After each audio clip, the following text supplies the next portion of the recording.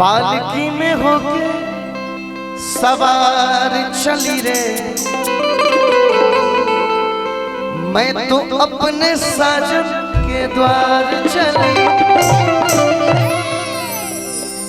मेहरारू के मरद बाहर हाँ मौगी को इसके राजा का धनिया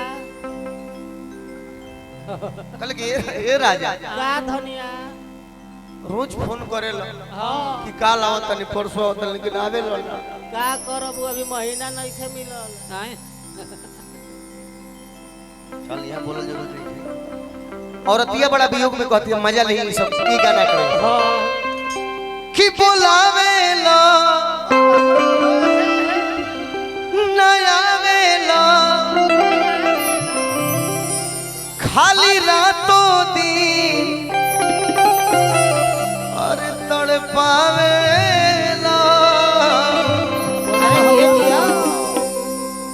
ऐसे जे करब तू लोला धरा रट रट रट जोर से ना आराम से दाढ़ी बना बड़ा अरे अरे ऐसे जे करब नादानी रजऊ हिट हो गए। इसको हम कहीं ना कहीं तो देखे जरूर। हमू देखा ले बानी कहाँ बा हम बताई हाँ राम रहीम जोरे 3 महीना रहू ना कि ऐसे जे करबा इंटरनेट पे इसको हम कहीं देखे हाँ हमको याद नहीं आ रहा कहाँ देखे रील शो में देखे नादानी रजऊ औरत ये कहती है कि दे दे हबलीज पा जवानी राज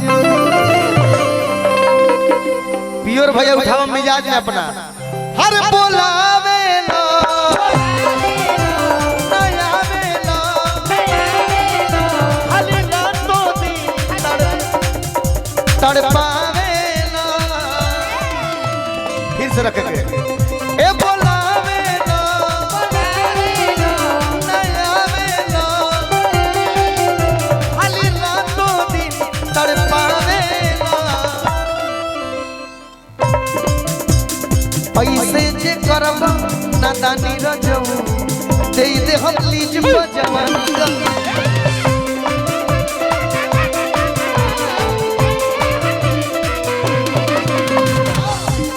करब नादानी रजऊ दे दे हम लीज जवानी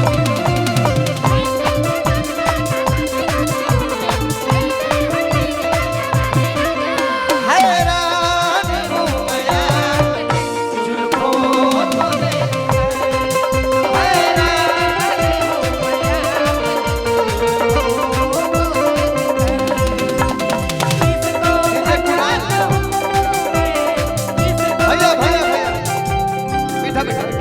डीजे कुणाल हेमापुर की तरफ से हजारों हजार रुपया पुरस्कार हमारे भाई की तरफ से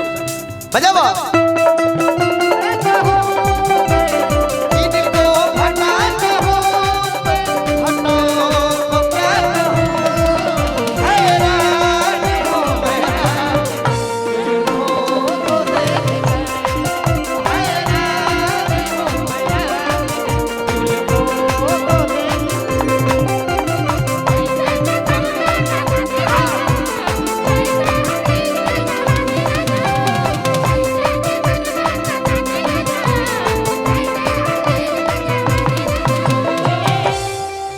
चेहरा के मुस्कान से हम पढ़ ले रहे हैं। हाँ अब के गाना बजाना होता है हमारे भाई ले हाँ मुस्कान पढ़ ले रहे हैं। मजा तब जो आगा बा खिला के सब दिन के कोहरा में आओ नेहा आप लोग ताली बजा के स्वागत कीजिए नेहा का।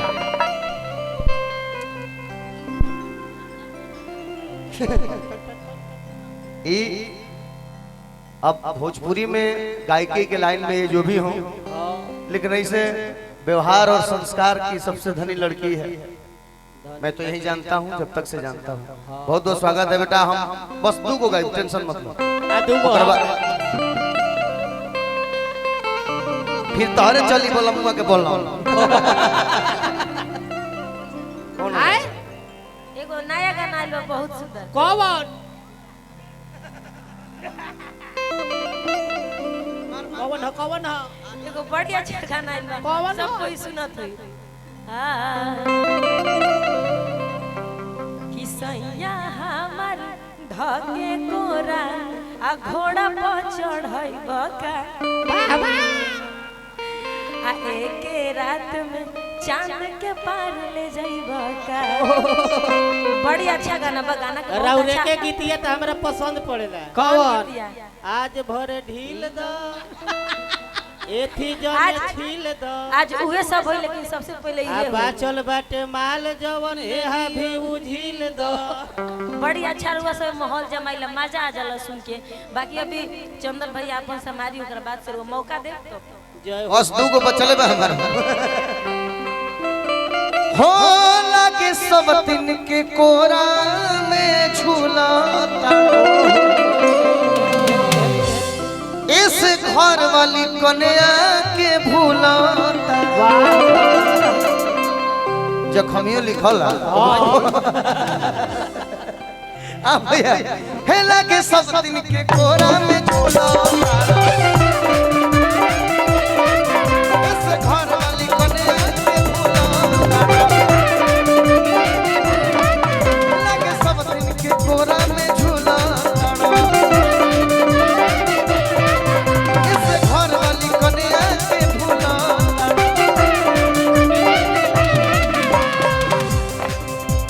रट बजे बहरा आहा चलत रहे रुआ कट बजे बहरा में चानी रजम दे दे हम लीज पजमन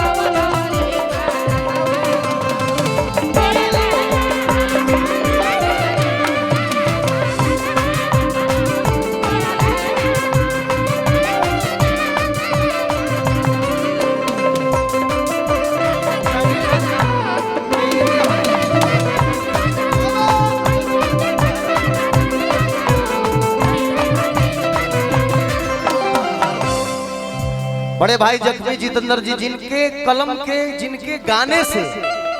गोलू और चंदन का डायरी भरा होता वही जख्मी जितेंद्र है। उनके गाने से हम दोनों का डायरी भरा रहता है। हमारा छोटा भाई है गोलू राजा एक है और उसका डायरी और मेरा डायरी उनके कलम से उनका शब्द सुनिए क्या है कि जख्मी जितेंद्र की ना फाइनल करो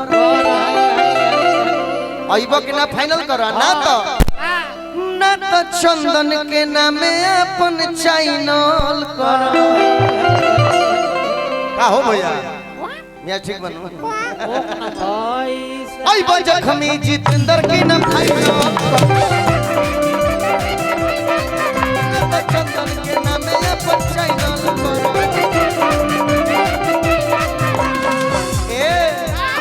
अब नहीं चली मन मानी रजम अब नहीं चली मन मानी रजम दे दे हम लीज पजम